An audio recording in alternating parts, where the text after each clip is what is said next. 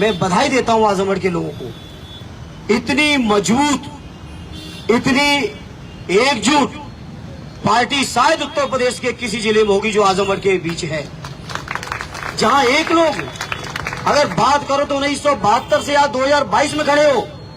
50 साल का राजनीतिक अनुभव लेकर चलने वाले आरडी बलराम यादव जी ने पूरा समय दिया, चुनाव लड़ाया बीमारी के बावजूद। 5 बार के विधायक, 4 बार के सांसद आरडी रमाकांत जी खड़े हैं। इन्होंने परवाह नहीं की अपने पद की न चुनाव की, और मुझे चुनाव लड़ाने का काम किया। मैं आरडी रमाकांत जी का धन्यवाद देता हूं। आरडी दुर्गा यादव जी का, जो लगातार सदर सीट से 9 बार से विधायक हैं, उम्र में हमसे बहुत बड़े हैं, अनुभव में हमसे बहुत बड़े हैं, लेकिन मुझे अपना भाई और नेता मान के उन्होंने मुझे चुनाव लड़ाया। आरडी आलमगीर जी, जिनको सुनने में भी दिक्कत होती है, लेकिन बावजूद इसके इस उम्र में उन्होंने चुनाव लड़ाने में कोई कसर नहीं की। हमारे साथ खड़े भाई पटेल जी, संग्राम भाई से लेके जितने हमारे साथी 10 के 10 विधायक, एमएलसी, हमारे लीडर ऑपोजिशन लाल बिहारी जी, जिन्होंने कभी पद की गरिमा की चिंता किए बिना मेरी राजनीति आगे बढ़ाने में उन्होंने पूरा योगदान दिया है। ये मौका है साथियों सब लोगों को, जिनका योगदान है, सबका आभार व्यक्त करने का। ये मौका परेशान होने का नहीं है। हाँ, ये चुनाव जो हारे हैं, जो हराया गया है, मैं मीडिया के लोगों के बीच कह के आया हूं और अपने कार्यकर्ता साथियों के बीच भी कहूंगा, ये चुनाव आपको हराया गया है भारतीय जनता पार्टी, बहुजन समाज पार्टी, उत्तर प्रदेश की सरकार, आजमगढ़ का प्रशासन, सबके गठबंधन के बाद आपको 4,500 से हरा पाए हैं। सोचो, इन सब में गठबंधन था और कोई नहीं कह सकता।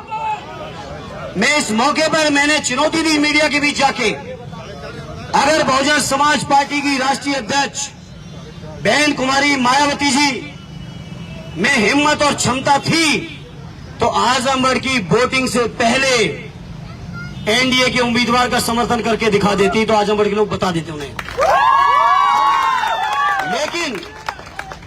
लेकिन मैं इस मौके पर अपने माइनॉरिटी के भाइयों आपसे कहूंगा, हम समाजवादियों की कितनी परीक्षा लोगे और कब तक ये भारतीय जनता पार्टी और बहुजन समाज पार्टी के गठबंधन के बीच गुमराह होते रहोगे।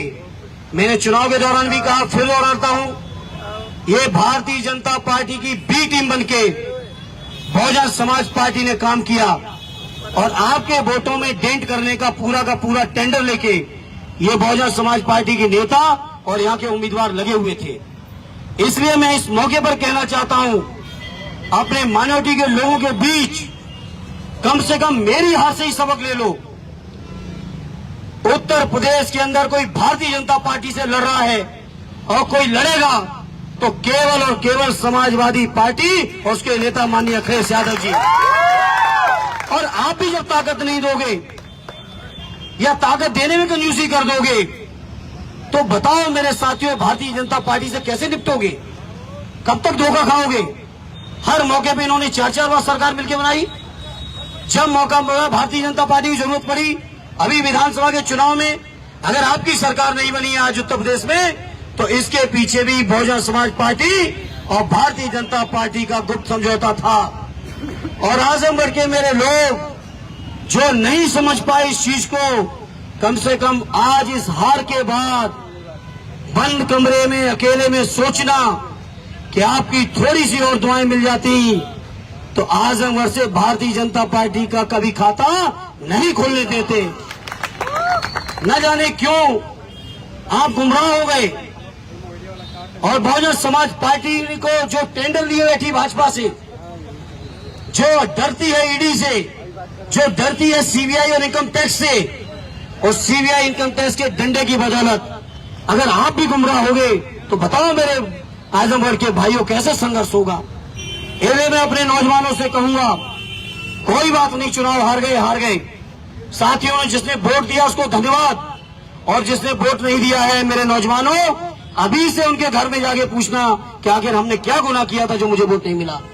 आज से पूछना शुरू कर दो, और जब आज से हम पूछेंगे तो मुझे यकीन है आने वाले 24 आते आते शायद ही कोई वोट बहुजन समाज पार्टी के खाते के लिए बचेगा।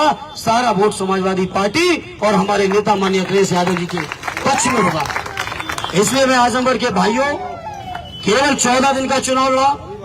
नामांकन के आखिरी समय आप सबने फैसला लिया, राष्ट्रीय अध्यक्ष जी ने फैसला लिया। जितनी मेहनत हो सकती थी, संभव हो सकती थी, वो की गई। इसलिए इस मौके पर अपने नेताओं को, पार्टी के अपने राष्ट्रीय अध्यक्ष जी से लेके, पूज्य नेताजी से लेके, आर आजम साहब, आर प्रोफेसर साहब से लेके जितने भी लोग आए थे, आगे स्वामी प्रसाद मौर्य जी रहने आए, आर अबू आसिम साहब अपना पूरा मुंबई का काम छोड़ के हमारे चुनाव में पड़े थे, और आजमगढ़ के रहने वाले सभी नेता थे ही।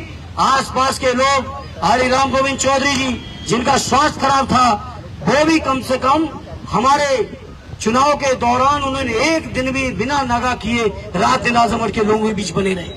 मैं आरडी ओम प्रकाश राजभर जी का, भाई संजय चौहान जी का, दारा चौहान जी से लेके भाई जैन चौधरी जी जो मेरठ और बागपत से चल के हमारे लिए समर्थन जुटाने आए थे, अपने सभी पार्टी के नेताओं का, गठबंधन के नेताओं का भी मैं हृदय से आभार व्यक्त करता हूं, धन्यवाद देता हूं। और मैं उम्मीद करता हूं कि आने वाले समय में माननीय अखिलेश यादव जी के नेतृत्व में ये हमारी समाजवादी पार्टी बहुत मजबूती के साथ चलेगी और मजबूती के साथ उभर के आएगी, और 24 में भारतीय जनता पार्टी की सरकार को हम लोग उखाड़ फेंकने में कोई कसर नहीं रखेंगे।